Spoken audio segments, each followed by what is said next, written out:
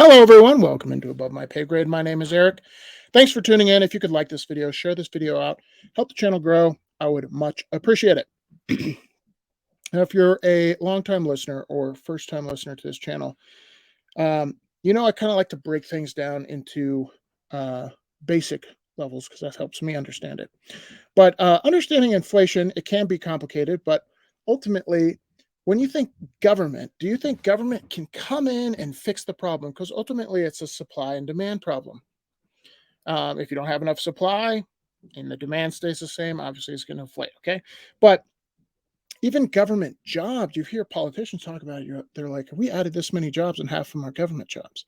Now, if the government, just to say jobs were added and the government paid for them, they are sucking capital, they're sucking purchasing power out of the private sector, who allocates purchasing power and value way better than the government, and they're giving it to the government, which doesn't allocate very well. Take, for instance, if I hired 100,000 people, and they're all government workers, and 50,000 of them dug a big hole and the other 50,000 filled it back in.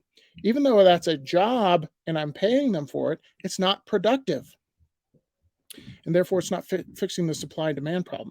So, if people are losing their jobs, you're going to see this bigger and bigger government trying to solve the problem that they created.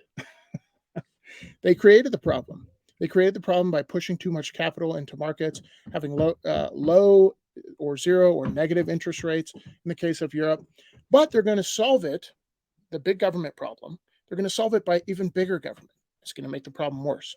Don't believe me? Let's take a look at this article here from the Wall Street Journal.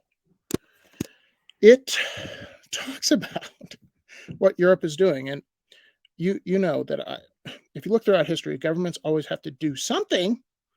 So they do something, even though you should just be sitting on your hands. Let the free market work. Take away regulation. Let the free market work, but they can't do that. Okay. So the title says Europe is doubling down on big government during a high inflation time. Let's see how that works out for you. Okay. So it says Frankfurt in Europe. It answers its latest economic crisis by even bigger government. Oh, goody. Reallocating capital in the worst possible way.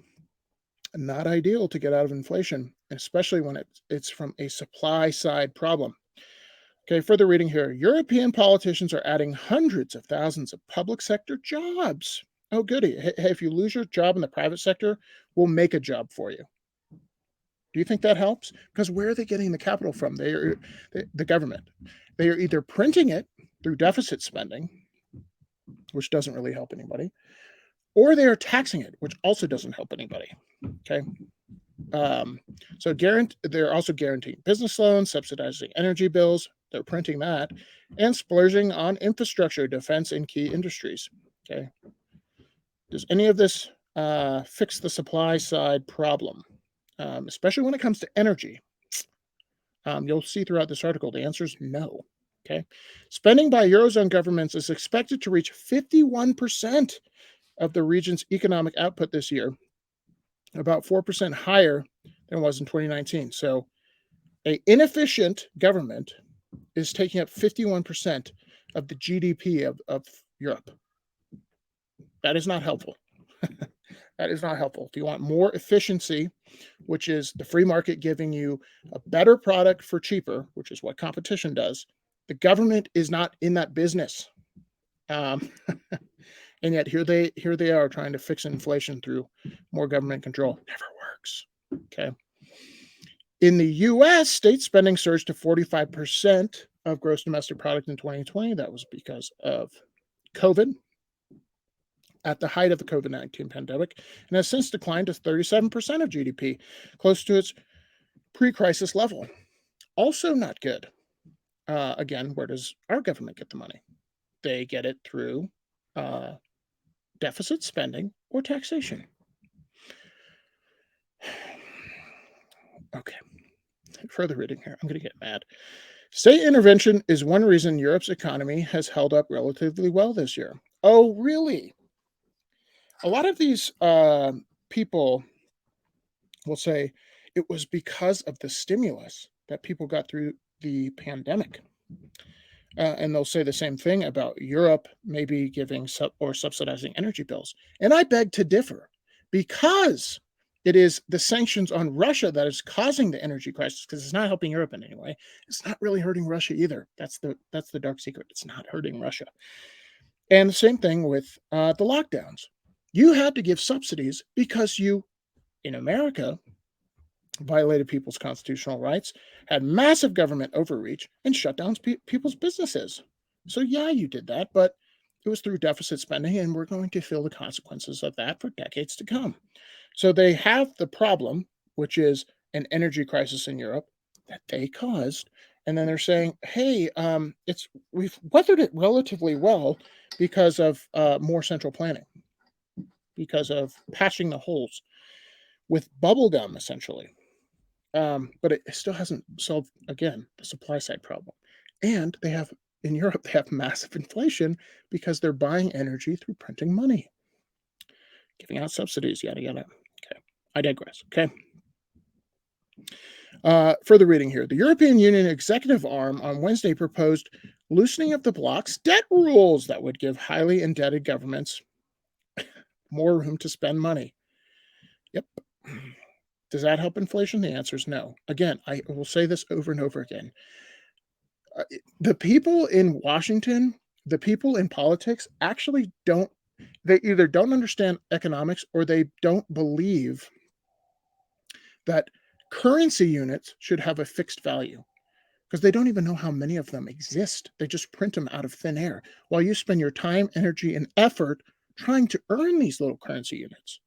So their monetary system, the foundation of their monetary system and their idea is that they can just print productivity. Because if you tie money to productivity, which is what it should be tied to, goods and services of productivity, because that's what you do to earn them, right? But they just print them. And whenever they do that, they decimate the foundation. People don't always realize it. They're like, what's going on? Why is everything more expensive? Excuse me. But that's why, because these central planners print. Okay. So they want more borrowing from these highly indebted nations like Portugal and Spain.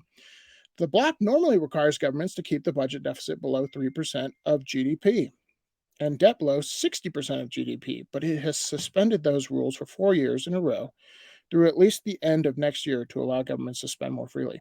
Here's the problem, though. How do you pay off that debt? So let's say you have this rule: you cannot extend your debt more than 60% of GDP.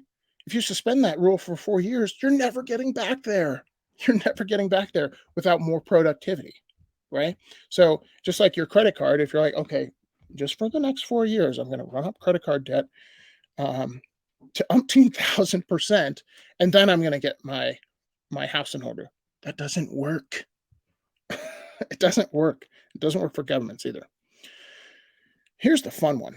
1 in 4 Eurozone workers are employed by the state, were employed by the state last year. Do you think that's a net drain on the economy or a net positive? It's a net drain. Again, government does not allocate capital or productivity or value very well. For now, European state-driven splurge is helping to delay and alleviate the economic downturn. Okay. So when you delay things, when it comes to macroeconomics, it's just like in 2008, we came in with TARP and all these things in the United States where we spent money that didn't exist, aka borrowed it, and you didn't know it at the time, but there's consequences to that. Again, there is no free lunch, right? So if money is tied to value, we pulled value from somewhere. Where do we pull it from? The future. So either that money is worthless or it's actually tied to value. And if we're going to tie it to value, we pulled it from somewhere and we pulled it from the future by borrowing it. And now we are dealing with the consequences because the United States has $31 trillion in debt. So, yes, they delayed pain, but they make the pain worse. Super frustrating. And again, it's politically expedient. And no politicians talking about this. No politicians talking about why this is a huge issue.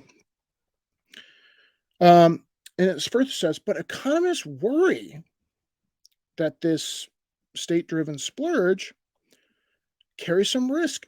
What would that risk be? printing currency units out of thin air. You guys will have to help me with that. What would that be? Okay. So, unlike during the financial crisis, the Eurozone crisis, and the pandemic, free spending governments are on a collision course with the ECB, which is raising interest rates. So, these governments, independent of the ECB, are spending money, and the ECB is raising interest rates at its fastest rate to cool inflation, which I don't think they'll be able to do because they don't have the world reserve currency. And we're going to have to stop here, I think, in early 2023. But the Eurozone inflation rate rose to 10.7 in October, a fresh high, while price growth in the US slowed to 8.2 in September. Here's the bottom line. Unfortunately, the beatings will continue until morale improves. I know a lot of people are, myself included, look at people and you just want them to understand, like, do you believe in math or do you believe in magic? Okay, because the math shows that we're screwed, that we can't just keep spending, that we either have to do things like cut Social Security or tax people more. We can't just deficit spend our way through and expect success, expect prosperity when we're pulling value from the future and continually doing it. Unfortunately, just like in Europe, I think people, this is very unfortunate, have to experience the consequences of what they vote for to realize how wrong it is, unfortunately. I just think that's the case. Like, you can tell people till you're blue in the face, hey, look, there's a train coming, and if they don't believe in trains, or let's say gravity, like, hey, I wouldn't walk off that ledge there. You're going to fall and hurt yourself. And they're like, yeah, whatever. Bud. Conspiracy theorists, you're like, oh, it's just math and gravitational pull, yeah, and then they fall off and they hurt themselves. I tried to warn you, and some people have to experience that, unfortunately. They never learned this in school, and so they'll vote for government stimulus. Just take a look at 2020. Okay, did you hear the mainstream media or people go, hello, where's the money coming from? Okay, fine, lockdown. I don't care what you think about it, but there's consequences to what we're doing right now. It's not a consequence free. We can put pause on the economy and print money and everyone's fine. Because if that was the case, why do any of us work? Of course, we know that's not true, right? We cannot just pull money from the future. But yet you didn't hear a lot of people say that in 2020. Yet here we are, unfortunately. All right, guys, enough ranting for the day. Let me know what you think in the comments below. See you guys in the next one. Peace.